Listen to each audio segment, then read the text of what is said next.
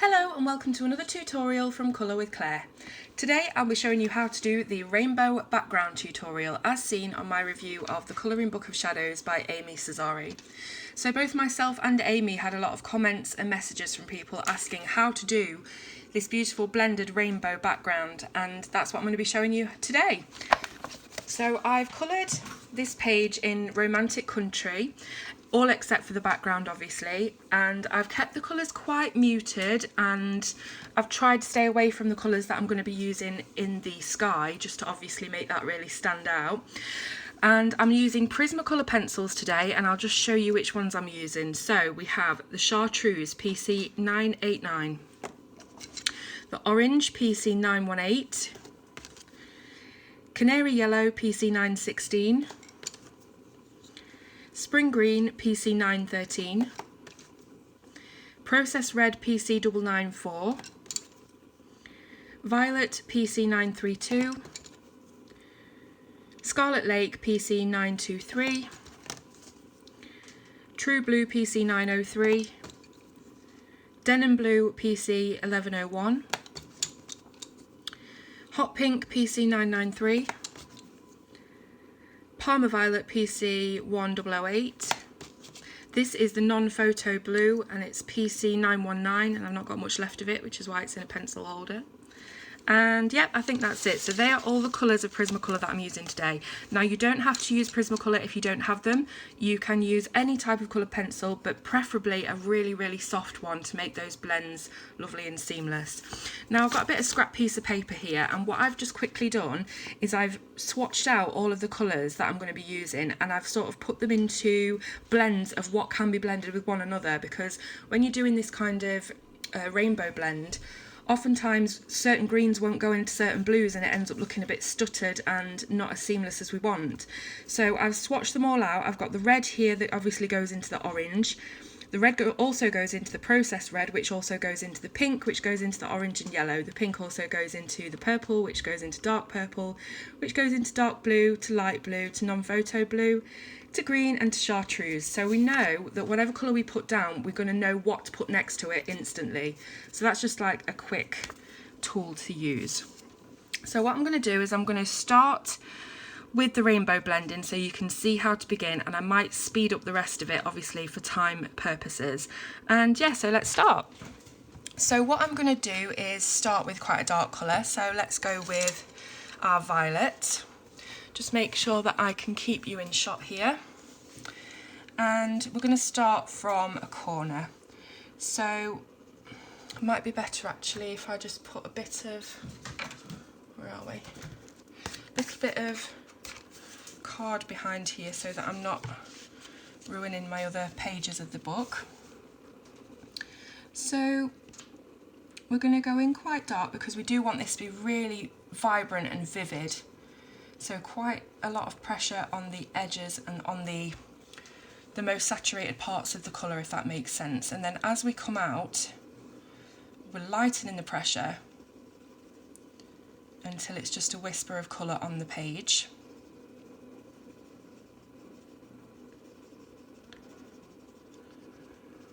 Like that. You can always go back in and touch it up, and then we check our little chart and we know that the dark purple can go into the dark blue or the lighter purple to go that way. So I think that's what we'll do. We'll go into the lighter purple, which is the Parma Violet, and going over what we've just put down. It's the blending technique I always talk about and do in my blending videos. So basically you just go in with hard pressure, heavy pressure, until you come out to the edges where you would get lighter and lighter. Now as you can see, I'm not going to be going in a straight line with this. It's going to have that kind of swirl mixed texture.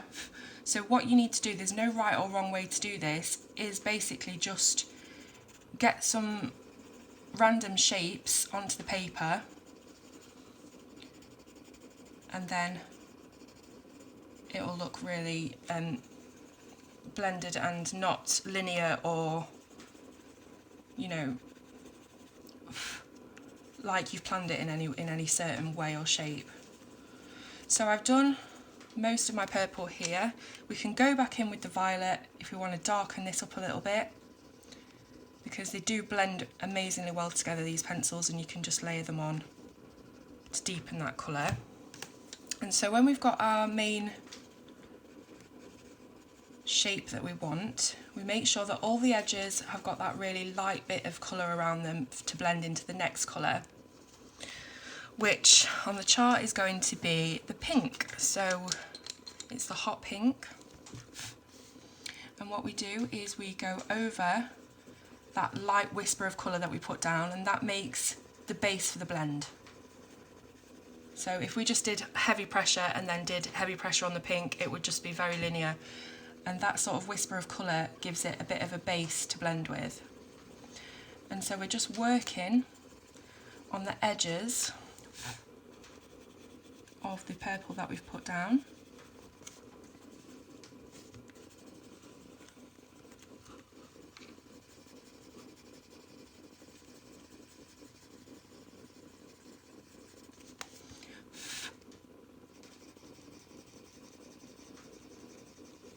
So I've specifically chosen these particular colours because they do blend quite well together. Certain shades of green and pink and blue won't, so try it out with these colours and then try and figure out your own blends. If you wanted maybe a really light pastel rainbow, that would be a good idea with your pastel tones of blue and green and brown and whatever else. Well, not brown, but blue, green, orange, the usual colours. Or you could also do it with your darks, so there's really a lot of scope for different kinds of rainbows. It doesn't just have to be the bright rainbow that we all know. So what you can do is keep going back in if you want to darken the colour that was in the middle. So now we've got rather a lot of pink. I think I'm going to just make a bit of a weird shape because I don't want this to be blocky in any way.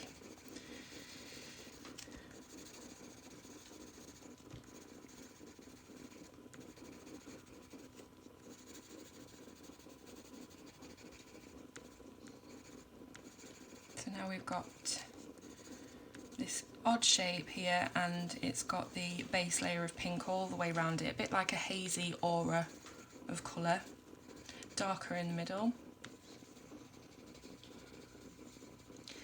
And then we know that from the pink we can either go into the process red and the red, or we can go straight into the orange. But what I'm going to do is make it a little bit of a longer blend. So we'll go from pink to process red to orange and then to yellow. We'll do it that way around. So process red. We'll go over our base layer again, over that little aura that we made. And as I say, when you're putting the dark colours down and you do think there's a bit too much of an edge showing there, you can just go straight back in with the pink and work it out, which I'll show you in a moment. This is why really you need soft pencils. Also, what you can do if you wanted is to put one side of the pink going into the orange and yellow and one side of the pink going into the process and maybe the purple. So, you know, it's not going to be the same all the way around and you get this sort of round shape to it.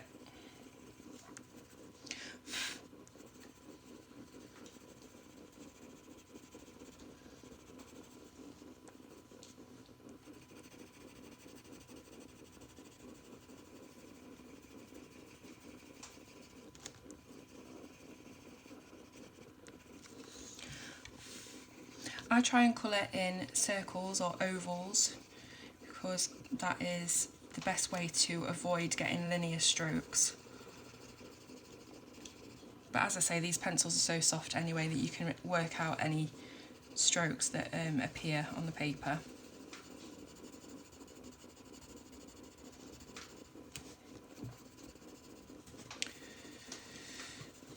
So that is enough processed red, I think, just doing the aura around it.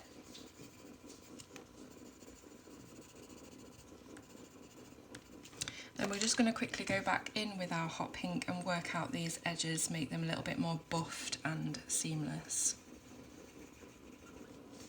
It doesn't have to be absolutely perfect, because once the whole thing's done, your eye's not going to focus on the little details. It's just going to see this beautiful blend of rainbow.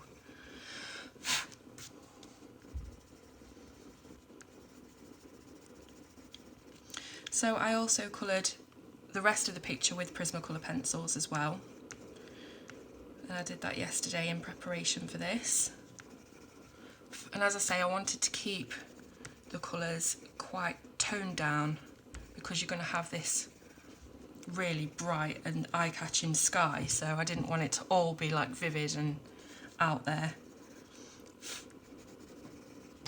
Okay, so we've put a bit of a blend of the hot pink in there. I'm just doing this quite quickly for the purposes of the video, but obviously you'll take a bit more time with yours and it will look a bit better than mine. Okay, so from the processed red, we're going into the Scarlet Lake. Yep. And it's all been quite pinky up till now, these pinky purpley tones. And once we start getting some yellow and green in chartreuse in there, it's gonna pop. So let's go around this with our red. They don't look too dissimilar, these colours, but once you've made the transition from the red into the orange, you do see that it has helped that transition. If you just did orange onto this processed red, it wouldn't look as good.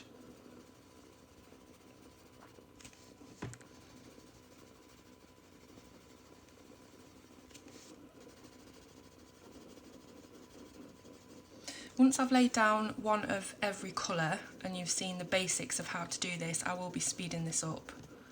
So don't worry, you're not going to have to sit through me doing this entire sky in real time.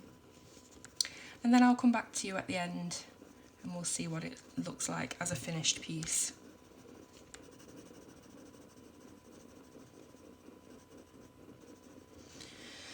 So I'm just being super random.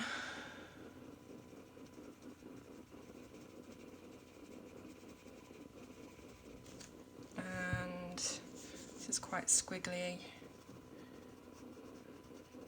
Just do a little bit of a curve there because I don't want it to be a swirl shape per se. Okay, so now we've done the basics of our red, and of course we can go back in with the processed red and blend out the processed red to the red itself. Whoops, just to keep those blends nice and natural. Now, if you have polychromos and you want to do that, this technique with those, I have a Prismacolor and polychromos comparison chart that you can download. I'll put the link in the description below. You can download that and it will show you the alternative colours of the Prismacolors I've used today in the sets of polychromos. So we're doing our red aura. I'm going to call it an aura because I quite like that. Nice and light pressure around the edge of this red, all the way around.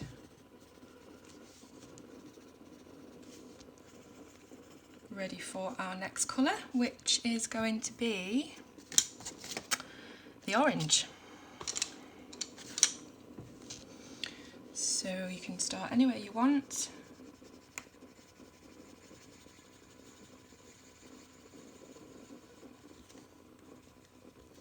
The good thing about Prismacolors is that if you do end up with a bit of a line from one colour to the next, if you just push a bit harder, the wax sort of moves the other colour out of the way. So, as I say, brilliant blending pencils. They might not be the best in terms of physical quality, but they are brilliant for blending colours, and this is exactly the effect that we want to create.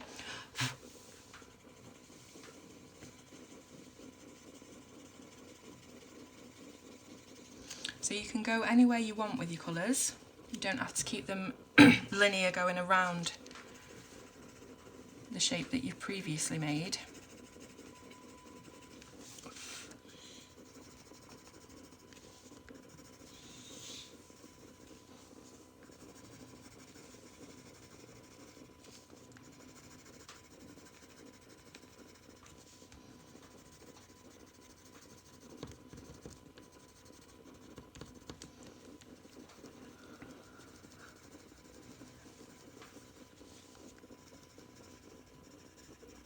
if you wanted to make it even more seamless, you could use more pencils for the in-between colours. So obviously there's quite a lot of vermilions and different types of orangey reds that you could use to make this transition even more blended.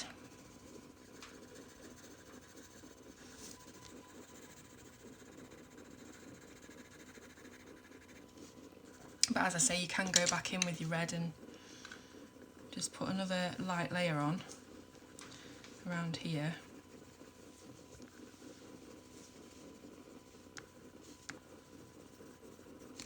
And then merge that in with the orange.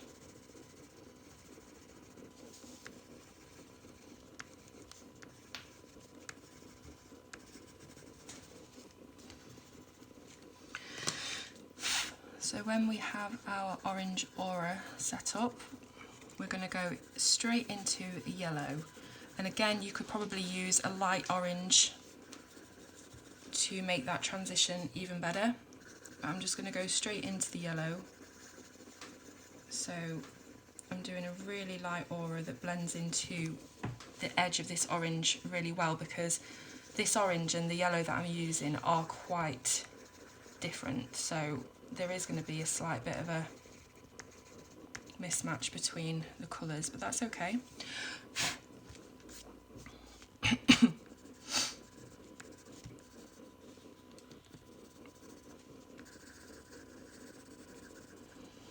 So I think we have a good blending base all the way around that. And we'll grab our canary yellow, go over the blending base that we just put down, over the aura, and as you can see, that's looking really nice actually, because that aura that we've put down, once the yellow goes on top of that, that will make the medium tone of orange that we could have used in its own pencil, but it sort of automatically makes it. As I say, if you do find some areas that are particularly not blending up well, you can just push a little bit harder to move that pigment out of the way.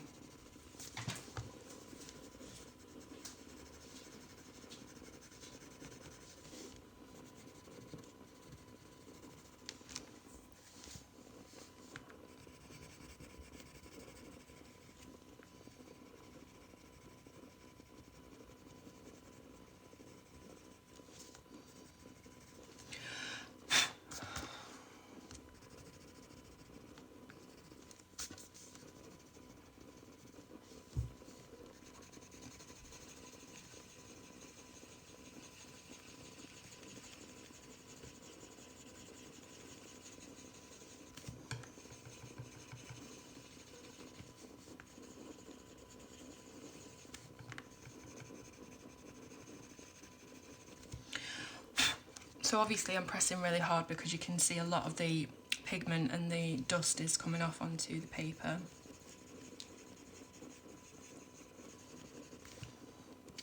What I really need is one of those artist's dust brushes, because I'm always doing that and then it just smudges everywhere.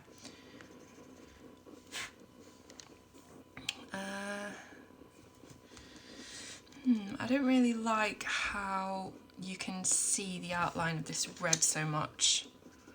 So I'm just going to quickly go back in, shade a bit more red in and make it look a little less obvious.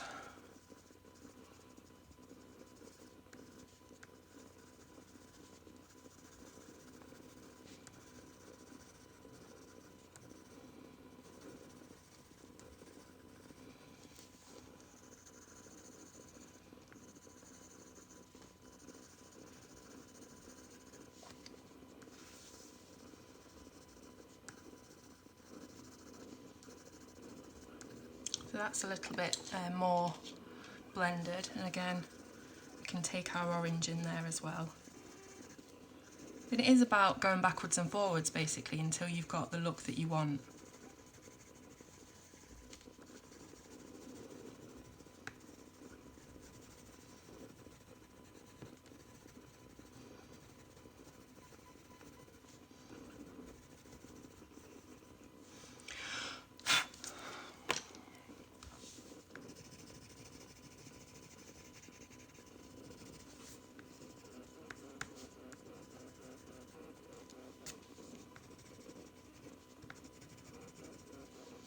So we're here with our yellow now, and what we can go into is our chartreuse, which goes really well with the yellow because it's a yellow green. So let's just make sure that we have some nice transitions here. And again, you can go back in and sort it out later, which is probably what I'll do. Okay, so chartreuse green. Let's actually bring the yellow around this cloud because there's not too much of it on the page at the moment.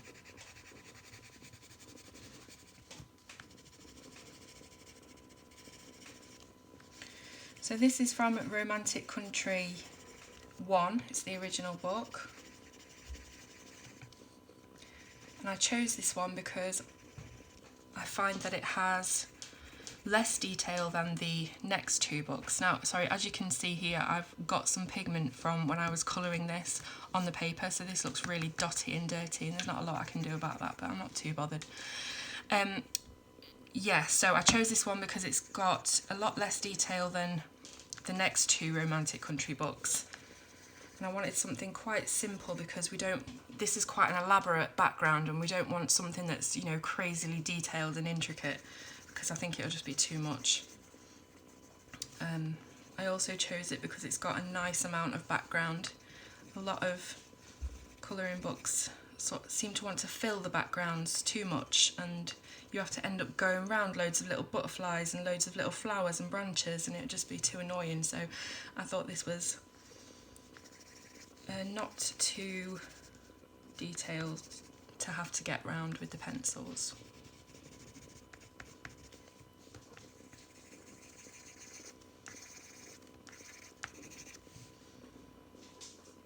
So I think that will do. We'll come in and sort anything out that I'm not happy with later. Let's move on to the chartreuse,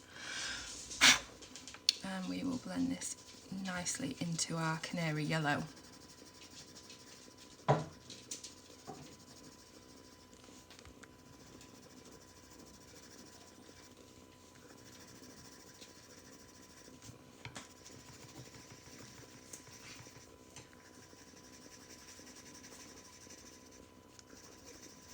Also, another good trick is if you do have any bits of your background that have been marked, or, you know, if you drop your pencil on it and you've got a big black mark or whatever, you can make sure that you start your rainbow at that point and start with your really dark colours like your dark blue or your purple so that it masks that. See, obviously I've come down to yellow here, and if I was doing purple you wouldn't be able to see these speckles, but we live and learn. Is bring this chartreuse down here. I'm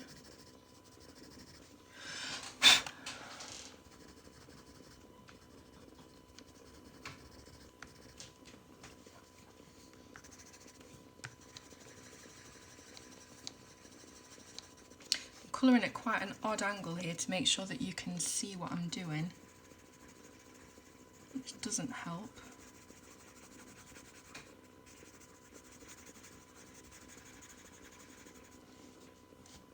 Now I feel like this is too much of a line, so let's bring some of this right down into a jagged sort of shape. Sometimes I also find with Prismacolors, because they're not very professionally produced in my opinion, that you will get dots and speckles of other shades within the core. And as you can see, it's gone really like a dark green here for some reason. So that's quite annoying, but Prismacolors apparently used to be amazing quality when they were produced by Beryl, I think it was. And I think they used to be called Charisma Colours, and they were just much better quality. Maybe because of the adult colouring phase, they might start making them a little bit better. Who knows?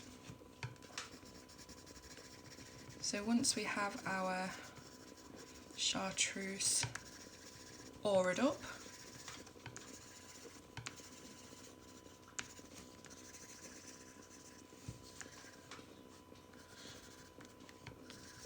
we're ready to go to our next colour. just do a quick bit of yellow blending here.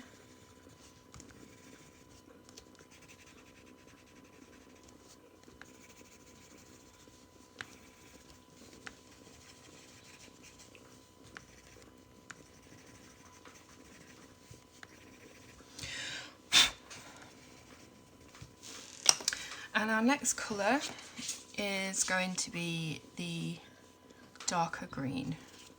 So this is the spring green. And as you can see, I've purposefully kept the trees and the grass and all the sort of foliage a different shade of green to what I knew I was going to be putting in the rainbow. So these are really quite mossy, olivey greens, whereas I'm using really bright limes and vivid spring green to do the rainbow. So we do have that contrast there.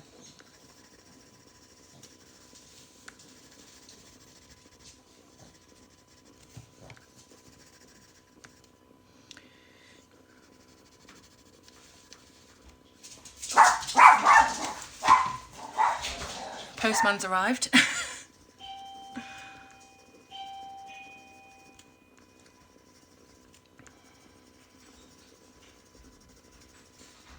Why is it people always come around when you're doing things? It's like they know.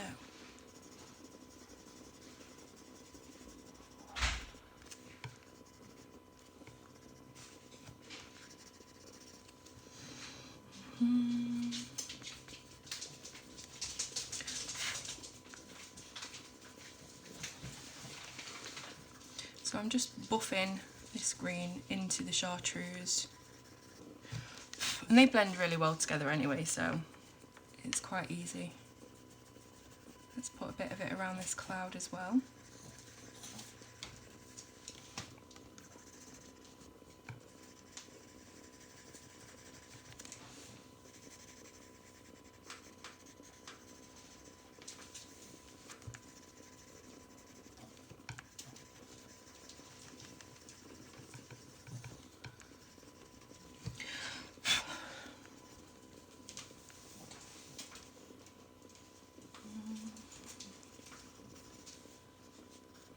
Okay, so what I'm going to do now, because I'm aware that there's quite a lot of green here, is I'm just going to start to bring in the blue. So we'll go with the non-photo blue, which is the lightest, and we'll just put a little bit around the edges of these trees and this castle here.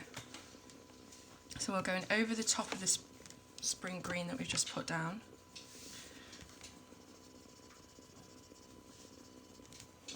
Just to break up this big block of sort of greeny yellow. I'm just doing this as a border at the moment, but we will blend it. Let's just take it up to there because that's when we move into the chartreuse.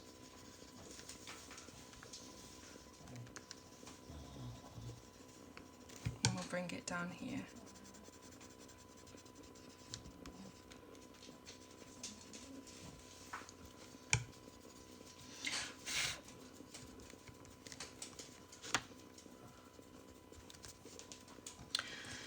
So now that we've put that down, we've obviously got quite a rough line there, so we're going to go back with our spring green and buff that out.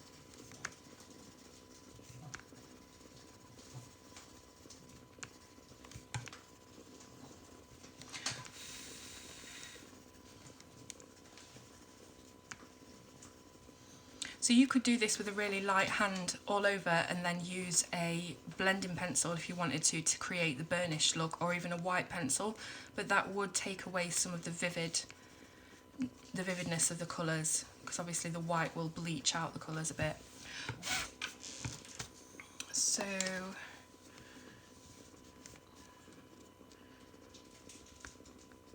I like that, that's good. Now obviously I have been concentrating going downwards, but we've got the rest of it to do. I'm going to just do the chartreuse and into the blue the same as we've done here, and I'll do it all speeded up because I think you've probably got the gist of it now. And if you do want to slow it down, you can do that on YouTube, or you can just pause it. But to be honest, once you've got the colours that blend nicely together, it's up to you what pattern you do it in. And this is really handy for knowing what colour to put next, because you could go either way with some ones. So for example, because we've had red, orange, yellow here, I'm not going to then go back into orange. I'll be going into the chartreuse and the green. So once you're happy, you can just carry on, and that's what I'm going to do now. So I'm going to stop this video, carry on the speed up, and I'll come back to you at the end.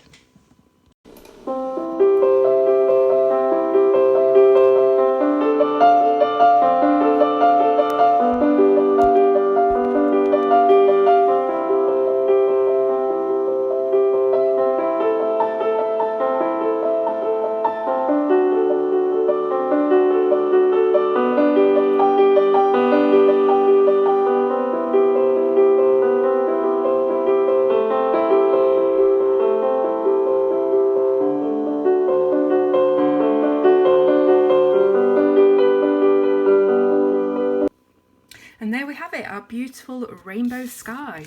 So if you wanted to, you could leave it as it is. It looks brilliant as it is, but if you do want to jazz it up a little bit, you know I love my white gel pen dots, and I'm just going to do a few of those, and I think it just really sets it off. And I know this is supposed to be maybe a morning picture or a daytime picture, but that's okay. It's kind of rainbow galaxy, so we can have some dots as stars and things in there. So what I usually do is just go around with the pen as it is like that, and then on other ones I'll make larger, thicker dots just to give a bit of variation. I don't know, it just gives an extra bit of dimension to the picture, I find.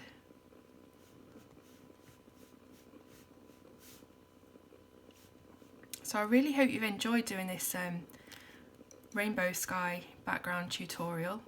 You can use this technique on anything really. You can use it if you have a big blank space to fill in on a creature in a colouring book. For example, there's an outline of a whale, you could do a rainbow whale or anything.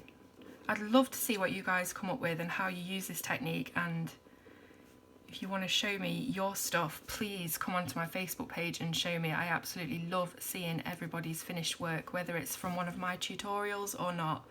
I love seeing all of your coloured artwork.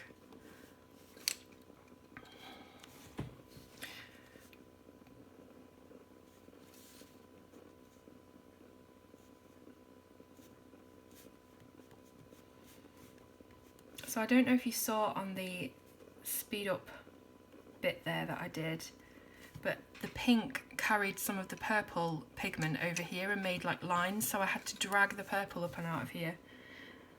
Wouldn't have really done that if it was up to me, but it had to be done, and I think it's alright. What do you guys think?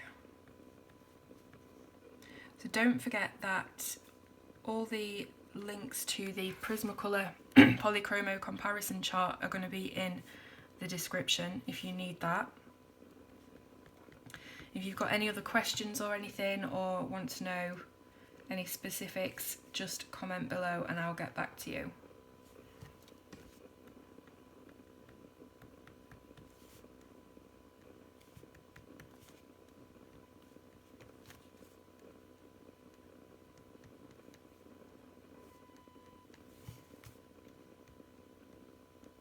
So do you see what I mean about doing the most part of the picture in sort of, not dull colours, but definitely nothing near the colours what you're using on the rainbow.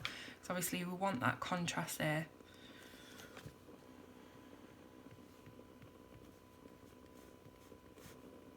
And it's taken what was quite a standard looking colour palette to something really special. And obviously Romantic Country does have magical elements in it, and this does go really well with the theme.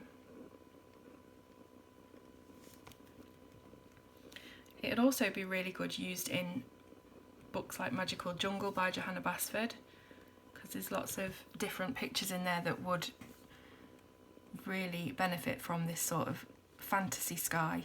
But you could use it in absolutely any colouring book. You could use it on fairy colouring books and things with that fantasy element. And again, you could also do it with different rainbow tones, so it doesn't just have to be these. You could do it with pastels, you could do it with darks. Totally up to you. So I'm going to call that done, I think, and until I start messing around with it again. Hopefully that'll be it. And I really hope you've enjoyed it. Please do subscribe to my channel. I'm always doing things like this, reviews, tutorials, giveaways, etc. So I hope to see you soon on Colour with Claire.